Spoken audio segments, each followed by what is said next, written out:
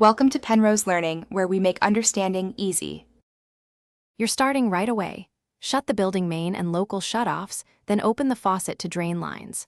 Once done, place a bucket under the cabinet and remove the escutcheon or trim with a screwdriver. Use the basin wrench to loosen the mounting nuts. Hold the supply line with an adjustable wrench to prevent twisting. Make sure to photograph hose orientation and note any extra fittings. These first disassembly steps prevent surprises and make reassembly faster. Continue by disconnecting the supply lines and draining residual water into the bucket. Cap exposed fittings to avoid contamination. Next, remove the mounting hardware completely and lift the old faucet off the deck.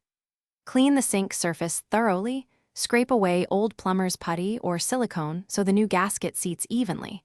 While the deck is accessible, inspect the shank and O-rings, replace any corroded parts, and test fit the new faucet to confirm alignment and reach before moving to permanent installation.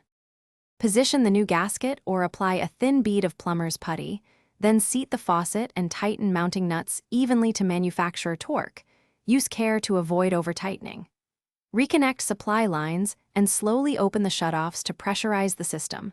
Watch all joints while running the faucet to flush debris.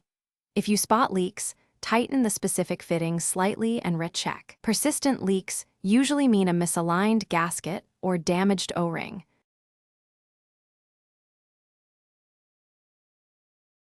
Thanks for watching. If this was helpful, leave a like and consider subscribing. See you next time.